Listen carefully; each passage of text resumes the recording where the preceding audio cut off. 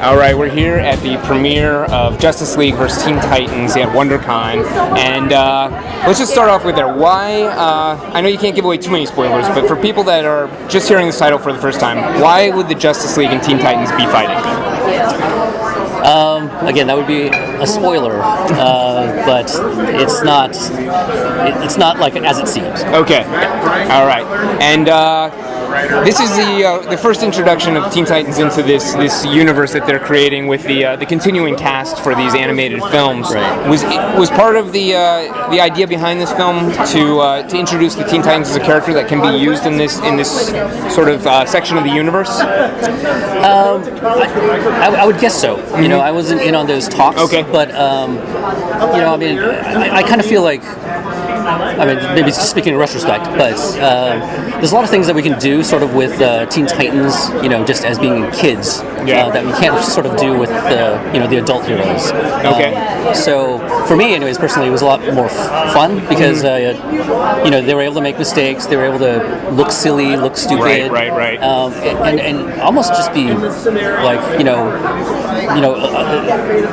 succumb to their base instincts, you know. Okay. And so they're flawed, they're jealous, you know. There's a lot of like pettiness, you know, just kind of, for me anyways, like fun stuff to see on screen. So I think I think everybody's getting a little maybe tired of just seeing all Batman kind of stuff. Sure. I think it'd be great if we're hoping anyways. Maybe this is not the official take on it, but we're hoping that that it does well. So people will want to buy Teen Titan stories, and we could just tell Teen Titan stories. So now we know that Damian's going to kind of like walk the line on this. We know that he's obviously got a connection to Batman, a big connection being Robin, being the son of Bruce Wayne. Right. And I know that Batman Bad Blood really showed that there's still some elements where the rest of the Bat family and Batman are sort of getting adjusted to Damian. Uh-huh.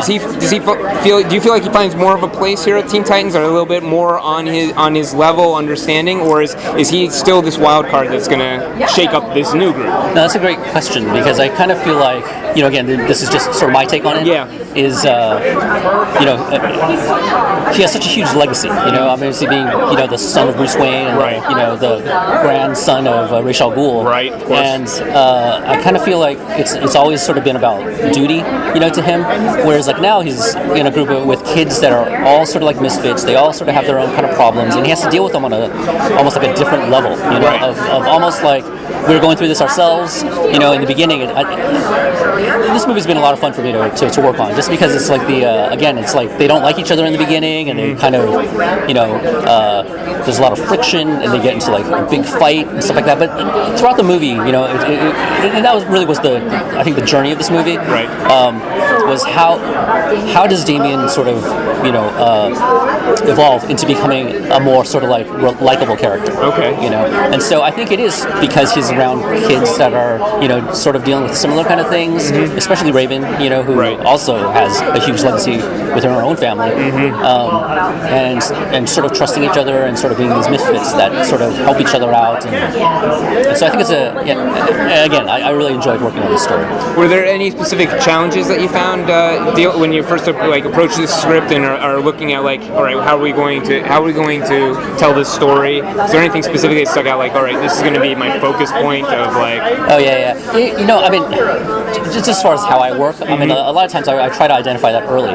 Okay. So yeah, I mean, when I first read the script, I was looking at, because there's a lot of sort of teen sort of movie type stuff that happens. Sure.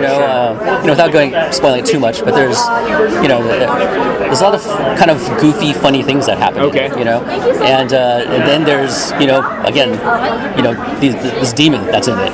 Right. And so on one hand it's like horror, on the other hand it's like this teen, CW type, teen drama kind of thing. But I think it became very clear that it was about their journeys. I think, especially at the end. Hopefully you'll get it when you see it. But Raven and Damian sort of, being these kids with huge burdens, and